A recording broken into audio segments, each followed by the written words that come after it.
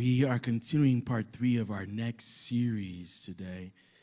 And one of the things that I've been enjoying in this series is that each week we're discovering why next is important. And I know it's hard to think about next when you're living now. But I think the most important part about next is to understand that next is important only because it is in next we are rewarded. Next is important only because it is in next we receive everything we've been longing for. Next is important because now tells us there's more. Okay, let me say it one more time. Next is important because now tells us this can't be it. Now says there's something missing. Now says there's got to be something more. Now tells us there's something lacking. We went through an entire series called Crave, in which we recognize that we're craving for something deep within us that can't be met. And C.S. Lewis told it beautifully, said if there's something, a desire in us that can't be met, it's probably our clear sign that we are actually made for another world. And when we're talking about next, we're actually talking about the world for which you and I were designed for, were destined for. For most of us, we call this life, but I think if you look at the scriptures, this is only the pre-life. The next is not the afterlife, that is life. Next is what happens when we finally get to live the life we've always been dreaming about. Our reward, I believe, is going to be what the fruit of the Spirit, what the Spirit produces in us. Our reward in the next life, we're finally going to have life as it was meant to be. Life without pain and suffering. Love, true, deep love, joy, peace, patience, kindness, goodness, faithfulness, gentleness, and finally, self-control. I don't know about you, but that's the one I'm really waiting for. The ability to do what you set out to do. Man, to finally be able to carry out what you've always dreamed about.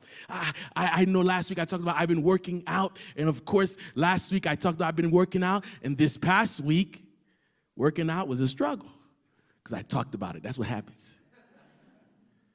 Self-control. I love self-control because it finally makes me become the person I have in my mind. In other words, I can't wait for next because I'll finally be the Jose I've always wanted to be. My son, who's only 2 years old, I really have to record some of his prayers. He was praying the other day, and it really touched my heart because we've been talking to him about having his listening ears on and listening when they tell you to obey the first time, not the second or the third or the fourth time. And he was praying, and he said, "Daddy, can I pray?" And he said, "Lord, please give Noah listening ears."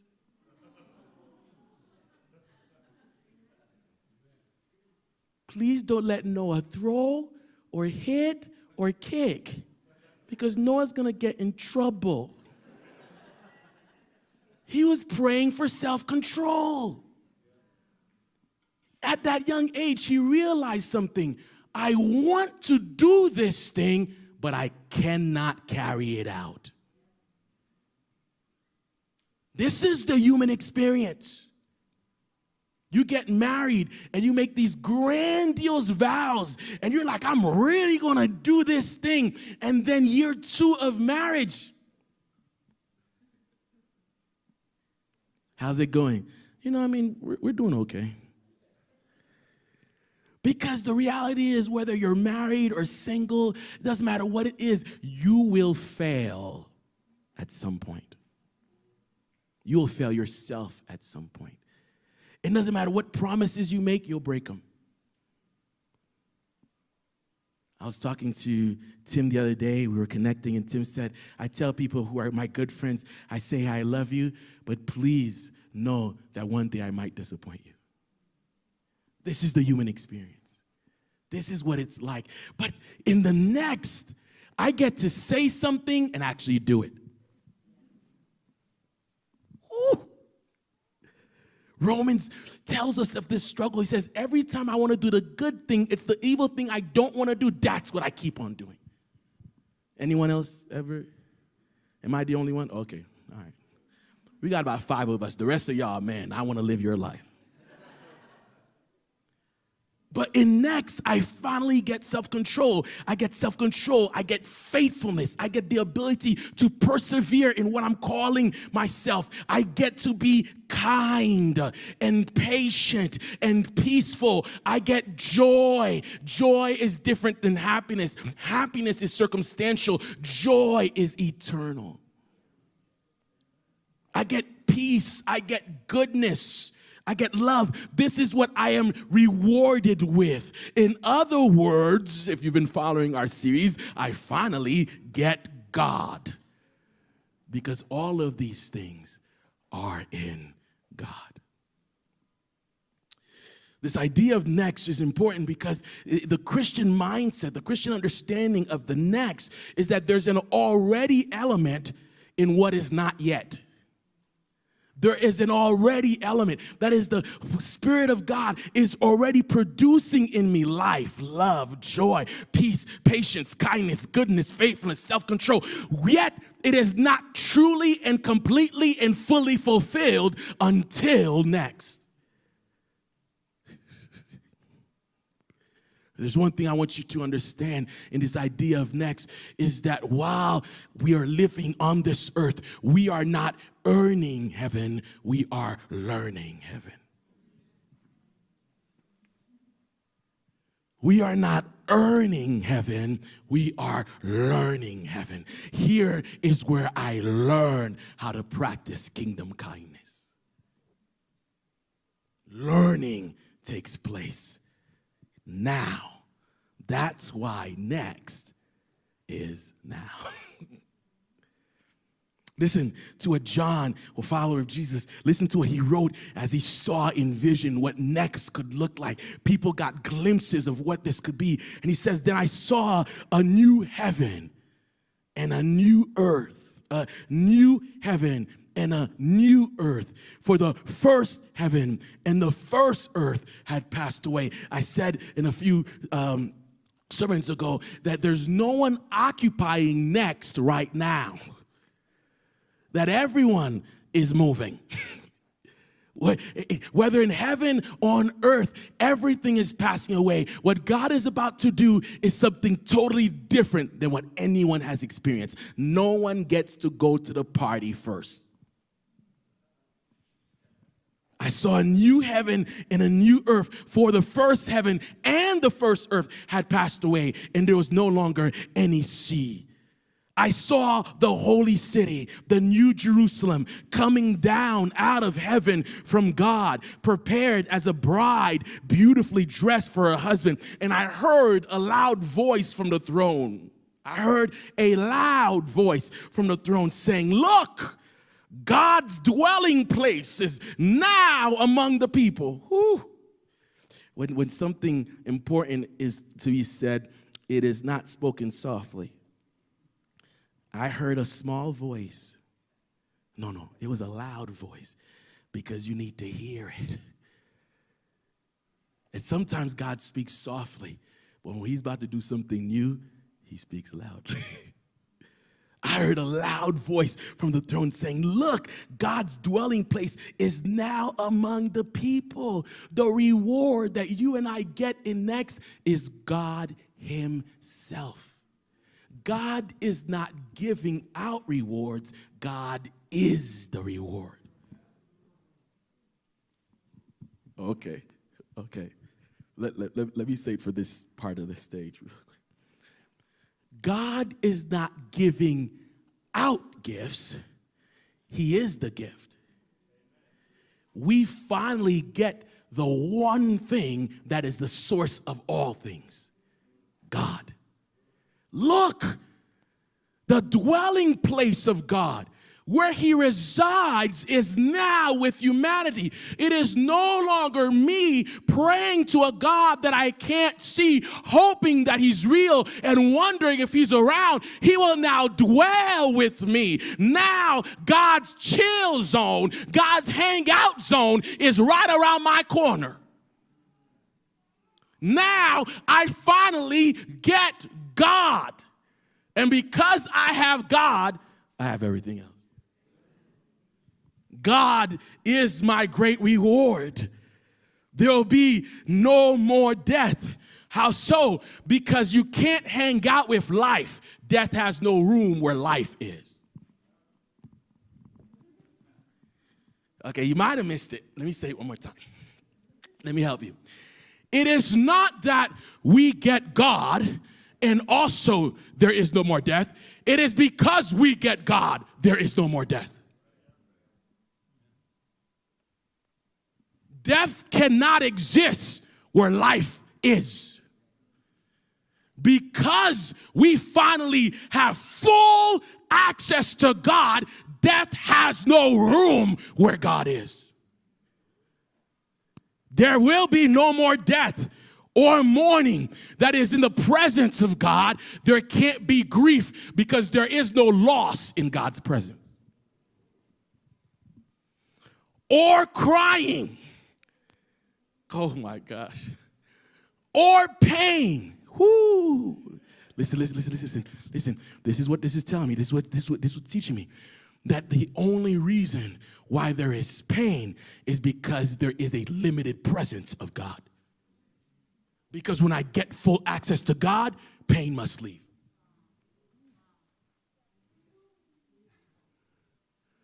The only reason why there is mourning is because there is a lack of God.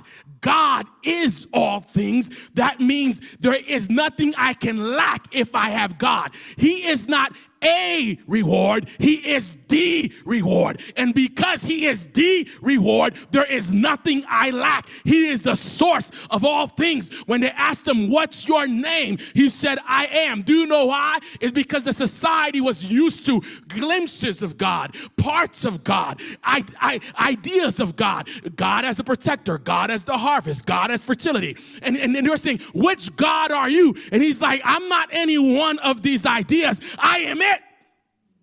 There is nothing you can think of that I can't be, not that I can't do. Did you catch it? Did you catch it? He is not a God that does. He is a God that is. His name Yahweh simply means to be. What's your name? Is. And he proved it. What do you mean? I don't understand. What do you mean by is? Well, what's in your hand? A stick? Well, is it a stick? Throw it down. Now it's a snake. Is. Did you catch it? Because whatever you think you've got is different the minute I say it's different. That's why Peter said, Lord, if it's you, command me to walk on water. Because your is. Water must become whatever you say it is. Then Jesus said, come. And he started walking. Because waters, the entity of water had to go from liquid to solid because is said so. That's why there can't be pain around him. Because whatever is causing suffering can change with his word. I need you guys to understand this. So many of us think of heaven as a place, watch this, as a place where these things exist, and then God is a surplus or the whipped cream on top of the cake. I need you to understand that you could be in a mop closet, and as long as God is there, that's heaven. God is heaven.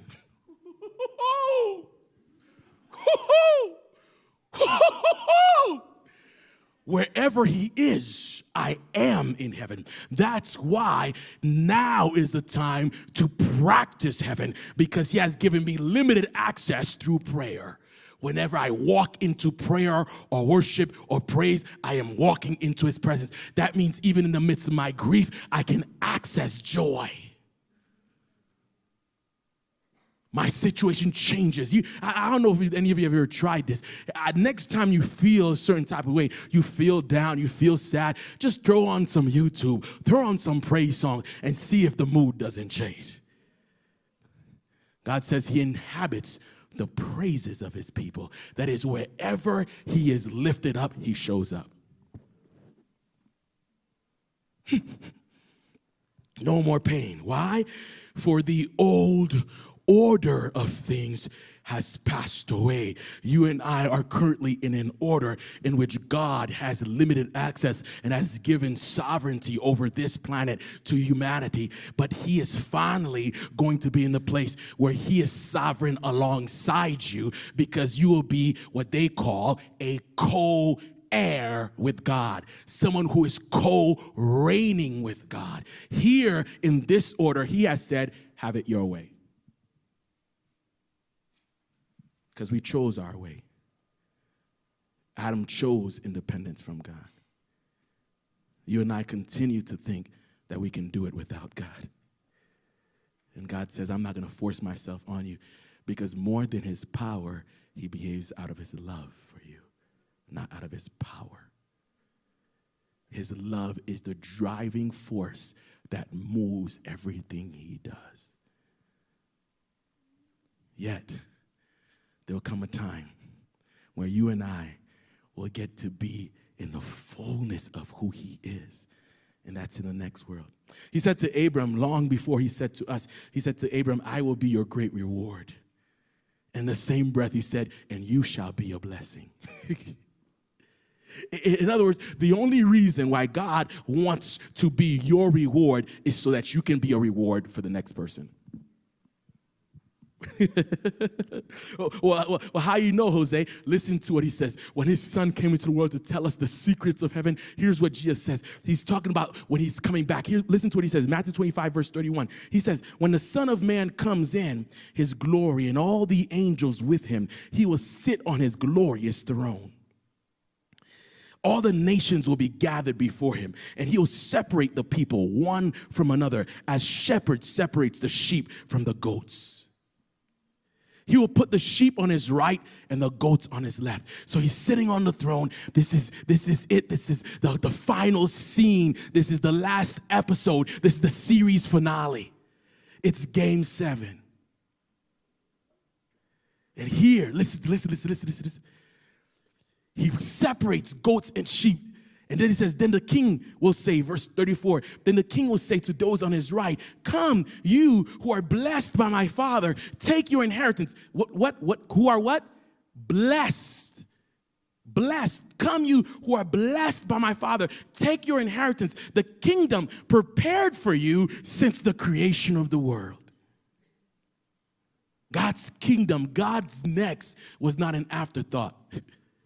It was yours from the beginning. It's been prepared for you from the beginning. Why? Why is he saying, come? For I was hungry and you gave me something to eat. I was thirsty and you gave me something to drink. I was a stranger and you invited me in. Woo! Woo! Look at what it means to practice heaven.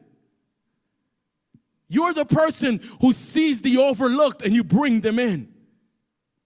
I needed clothes and you clothed me. I was sick and you looked after me. I was in prison and you came to visit me. Then the righteous will answer him, Lord, when did we see you hungry? When did we see you hungry and feed you, or thirsty and give you something to drink? When did we see you a stranger and invite you in, or needing clothes and clothe you? When did we see you sick or in prison and go to visit you? We never saw you. The king will reply, truly I tell you, whatever you did for one of the least of these brothers and sisters of mine, you did for me. Whatever you did for someone next to you, you were actually doing it for me, because all humans belong to the divine family. Whether you're black, white, it doesn't matter who you like, who you love. Everyone has inherent value because God is in them. You are never meeting, as C.S. Lewis says, a mere mortal. You are never encountering just another human. Every time you look at someone else, that is God in them, and the God in them is taking note on how you're practicing heaven. Every single time you did it for them, you are doing it to me, because it is my breath that keeps them alive. Every time.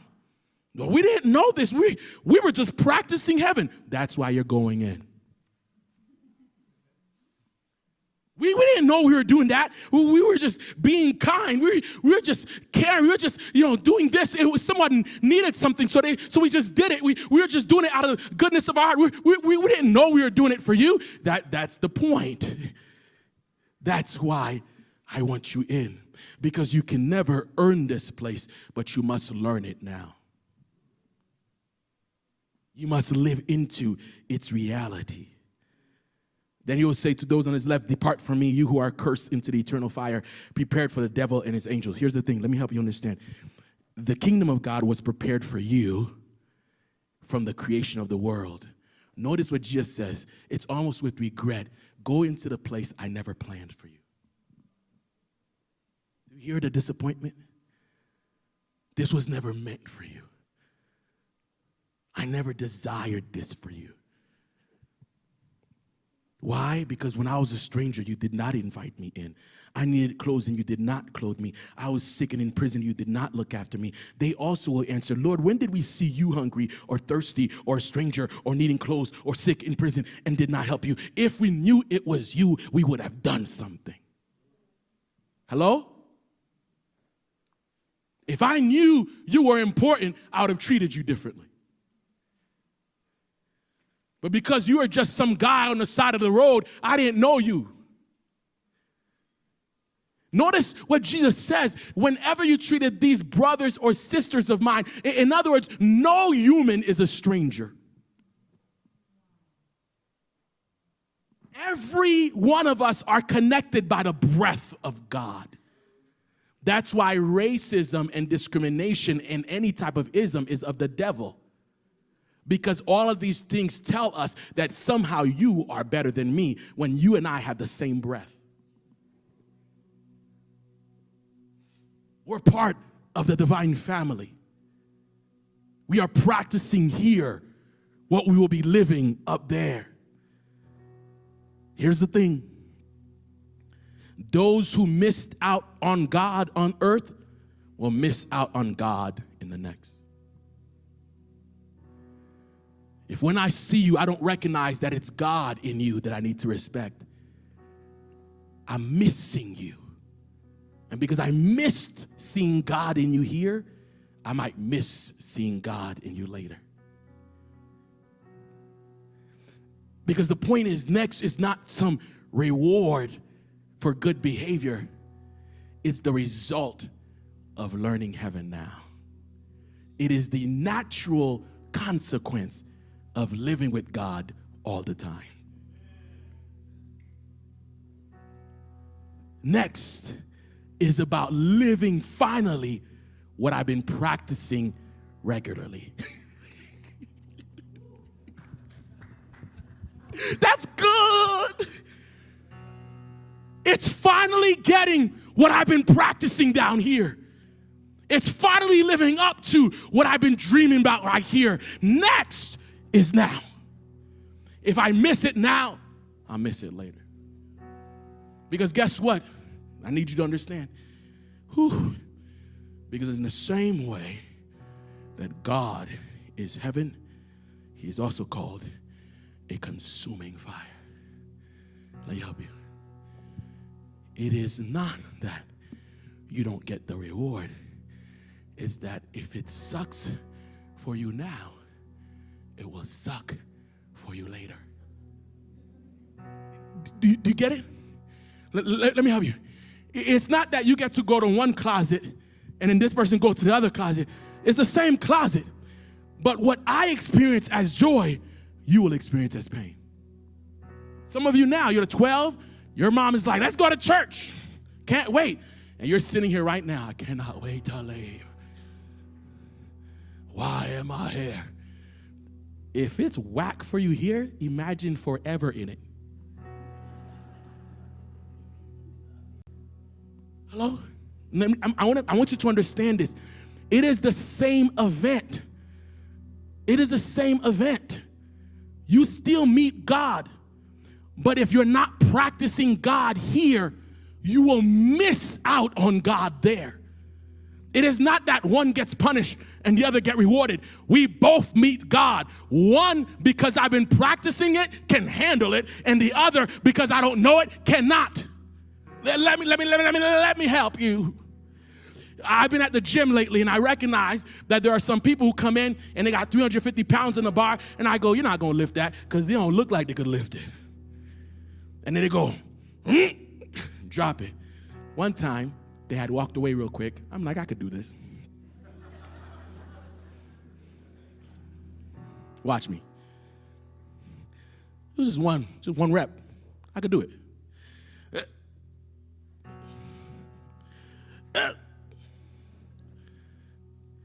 What one man did so easily, walked away, grabbed some water, came back with his towel on his shoulder. I'm trying with both hands, and I'm even trying to see if my feet could help me because I haven't practiced it. I want you to grasp this. God is both heaven, eternal life, and what you and I consider hell, eternal punishment. Because he is the same being that meets all humanity. And if you've been practicing him, you'll enjoy him. But if you haven't been practicing him, you will never want to be in his presence. Because you're not practicing who he is. He is a consuming fire. And if you're not used to the fire, you won't be able to handle it. And look, let me show you. Here's the crazy thing. You know how to get used to him? It's not be a good person. It's not be a Christian. It's simply be human. Be kind to those around you. Practice kingdom kindness. Respect the God in every human and treat them with the love they deserve. And God says, he looks at that and goes, wow, you finally got it. You're around divine beings. No one is just normal. If you can handle it down here, you'll finally handle it up there. It's a simple thing. It's a simple message. It's simply practicing now what you finally want up there. Up there, you want love, joy, peace, goodness, life. Practice it with those around you right now. And at New Day, we're giving you the opportunity to practice it. We're giving you the opportunity to create room for the next person to walk in and recognize that they have the greatest gift that all humanity wants. God is already theirs. And your job, as we talked about last week, is to be an ambassador, letting people know, come back to God. You do that by just creating the environments where the next person can find God. As the band comes up, I want to grab it. If you've been around, you've been hanging around with us, you've been connecting with us, you've been loving what's happening, and perhaps you haven't plugged in yet, today is the day. We want you to take part in what's happening. We want you to celebrate what's happening by plugging in. When you look at this sheet, you're going to see the places that absolutely needs your help, that needs your service, that needs you to be a part of it. You'll find it maybe in the chair in front of you. If you're one of those people who haven't been plugging in, I urge you to grab a sheet right now. Grab a sheet. You should have a pen. If you need a pen, I'll give you one. Someone needs a pen? Oh, you guys got one? Okay, cool. I want you to, while we're watching the next video, I want you to take the time and plug in. It doesn't matter if you like what you're doing or you don't like what you're doing. I don't like lifting weights until I started doing it. And then I'm like, well, this is kind of cool.